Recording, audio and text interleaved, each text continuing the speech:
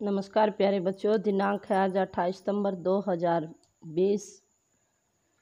विषय संस्कृत। उप विषय है अपठित गद्यांश का दूसरा भाग।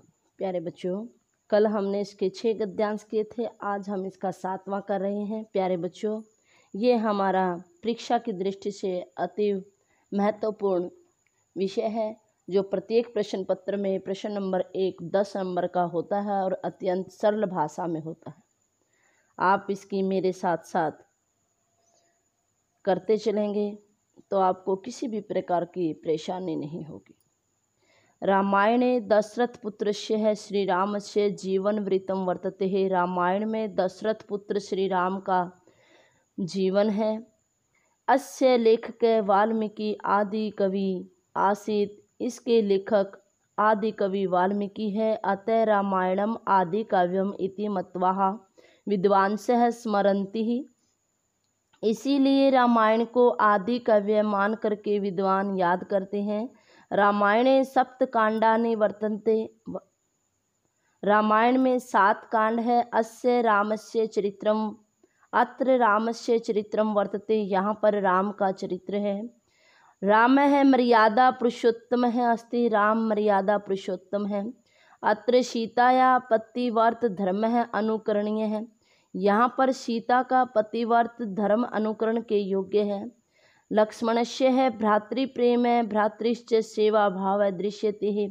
लक्ष्मण का भाई के प्रति प्रेम और भरत का सेवा भाव दिखाया गया है। अब इस पर आधारित इसके प्रश्न हैं। प्रश्न नंबर 1 है, आदि कवि कै आसीत। आदि कवि कौन है? आपने कै की जगह वाल्मीकि लिखना है। कै को हटा करके लिख देंगे कि आदि कवि वाल्मीकि आसीत। प्रश्न नंबर 2, रामायणे कति कांडानि। कितने कांड है? सप्त कांडानि। पुत्रस्य इति पदे का विभक्ति। पुत्र में कौन सी विभक्ति है? षष्ठी विभक्ति है और एक वचन है। दशरथस्य है पुत्र का आसीत। दशरथ का पुत्र कौन था? राम है। रामायणे कस्य जीवन वृत्तम वर्तते। कस्य की जगह हम क्या लिखेंगे? श्री रामस्य। आगे 8वां गद्यांश है, संस्कृत भाषा रामायण महाभारत काले जन भाषा रूपेण प्रचलित आसीत। संस्कृत भाषा रामायण महाभारत के समय में जन भाषा के रूप में प्रचलित थी। संस्कृत व्याकरणम अप्रतिमम अस्ति। संस्कृत व्याकरण अप्रतिमम है, अद्वितीय है। अस्य शब्दकोश है सुसंपन्न अस्ति। इसका शब्दकोश अच्छी तरह से संपन्न है। संस्कृतस्य ज्ञानाद एव प्रांतीय भाषानां सम्यक ज्ञानम भवति ही। संस्कृत के ज्ञान से ही प्रांतीय भाषाओं का अच्छी प्रकार से ज्ञान होता है। संस्कृत भाषा सर्वभाषानां जननी। संस्कृत भाषा सभी भाषाओं की जननी है। संस्कृतेन सच्चरित्राः अनुशासनम कर्णम आदि गुणाः आयन्ति। संस्कृत के द्वारा ही अच्छा चरित्र, अनुशासन और करुणा आदि के गुण आते हैं। इस पर प्रश्न है कि संस्कृत व्याकरण कैसा है? कीदृशम। कीदृशम की जगह क्या आएगा? अप्रतिमम। संस्कृत भाषा कब जन रूप में प्रचलित थी? रामायण महाभारत काले। रूपेण में कौन सी विभक्ति है? तृतीय विभक्ति, एक वचन है। अस्य शब्दकोश कैसा है? इसका शब्दकोश सुसंपन्न है। संस्कृत भाषा ज्ञानाद कासाम सम्यक ज्ञानम भाषा। प्रांतीय भाषा नाम यानी प्रांतीय भाषाओं का अच्छी प्रकार से ज्ञान होता है। ये 9वां है। ये 7वीं कक्षा की दुर्जयो समवाय एक पाठ है, उसमें से लिया गया है और बहुत ही इम्पोर्टेंट है। ये कई बार 7वीं कक्षा में आया भी है। पहले एक वृक्ष पर एक चिड़िया रहती थी। कालेन तस्या संतति जाता। समय के साथ उसकी संतान हुई। एकदा कश्चित परमतः गजः तस्य वृक्षस्य अधः आगतः। एक बार कोई मतवाला हाथी उस वृक्ष के नीचे आकर के तस्य शाखान शुंडेन त्रोटयत्। उसकी शाखाओं को सूंड से तोड़ देता है। चटका निडम्भूय अपतत।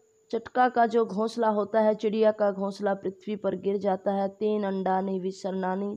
उसके द्वारा उसके अंडे टूट जाते हैं। अथ सा चटका वेलपत। इसके बाद वह चिड़िया विलाप करने लगती है। का वेलपत, कौन रो रही थी? चटका। चटका कुत्र प्रतिवस्ति। इसमें कहाँ पर रहती थी चिड़िया? एक अस्मिन वृक्षे, एक वृक्ष पर। कालीन तस्या कहा जाता, समय के साथ उसकी क्या हुई संतति ही। हाथी ने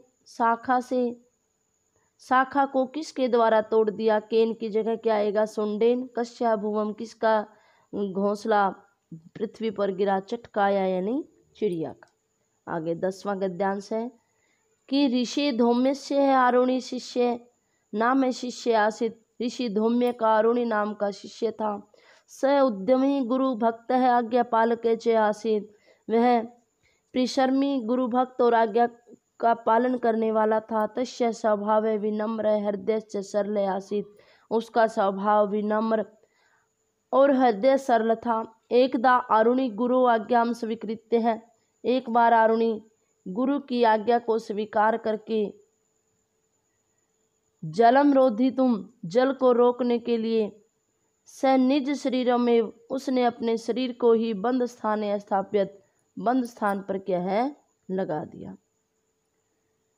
इसके प्रश्न है कि आरुणि किसका शिष्य था, किसका था, धौम्य से, धौम्य का। आरुणि कुत्र अगच्छत, कहाँ पर गया, जल रोधुम, जल रोकने के लिए, यानी सर्दी के समय में फसलों में पानी को रोकने के लिए वो खेत के अंदर जाता है। जब अत्यधिक परिश्रम के बाद भी जो बांध है वो नहीं बंध पाता तो वो क्या है अपने शरीर को उस बांध की जगह पर क्या है लगा देता है।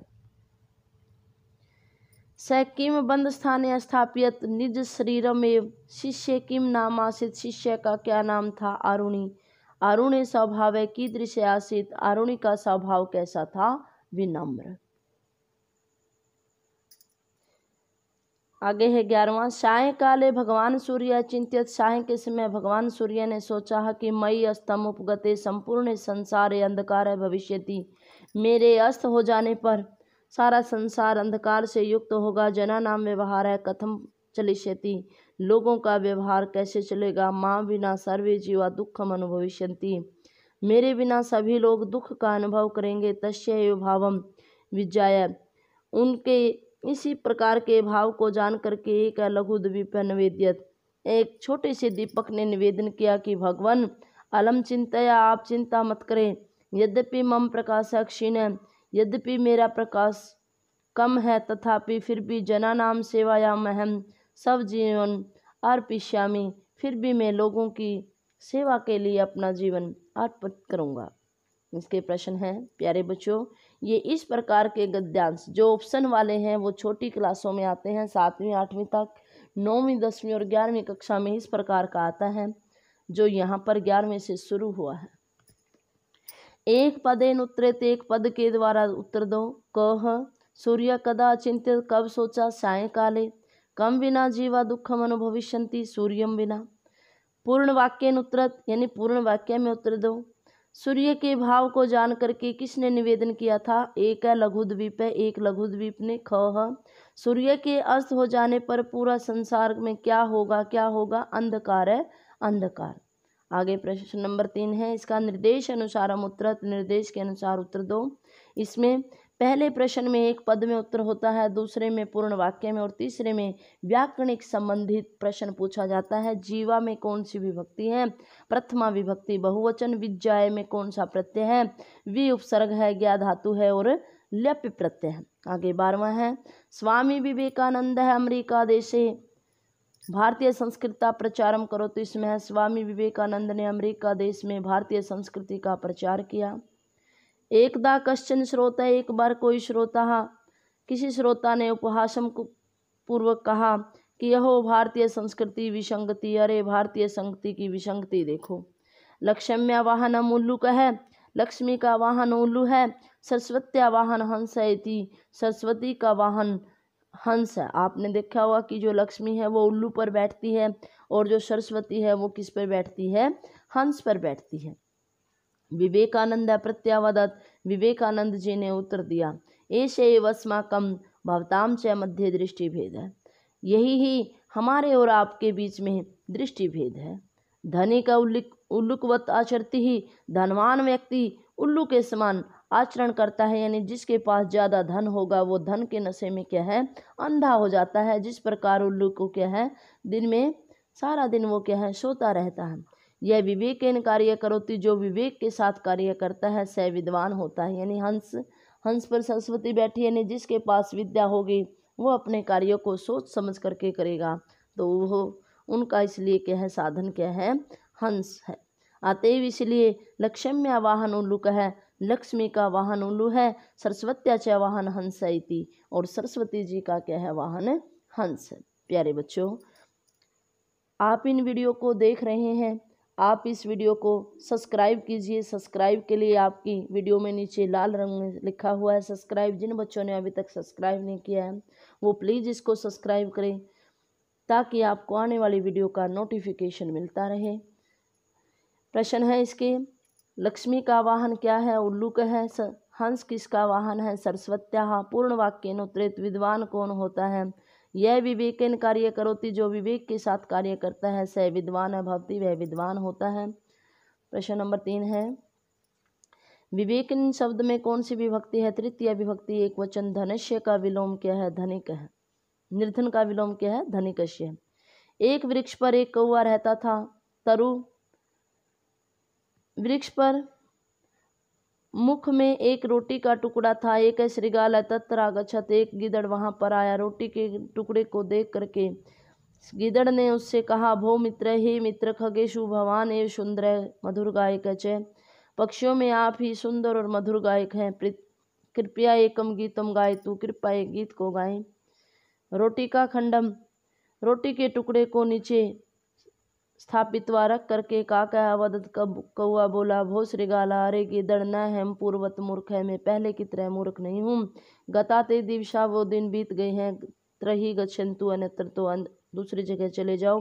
लज्जित श्रृगाल तथा धावत, वहाँ से भाग गया। इसके प्रश्न है कि वृक्ष पर कौन रहता था, काक है कि मासित, उसके मुख में क्या था, रोटी का खंडम। कौवे ने रोटी के टुकड़े को कहाँ पर स्थापित किया, पादेवध है, यानी पैरों के नीचे। लज्जित है श्रृगाल में विशेषण क्या है, विशेषण लज्जित है और विशेष श्रृगाल है। प्यारे बच्चों, ये हमने आपको इतने करवाए हैं। आगे वाले आप क्या है, मैं आपके लिए इसको वीडियो में दिखा रही हूँ, आप यहीं से देख करके इसकी प्रैक्टिस करेंगे और लिख करके इसका अभ्यास करेंगे। ये 3 और आपके लिए डाल दिए जाएंगे, ताकि आप इनको क्या है, करके देख सकें। आपका दिन शुभ रहे, स्वस्थ रहे। धन्यवाद।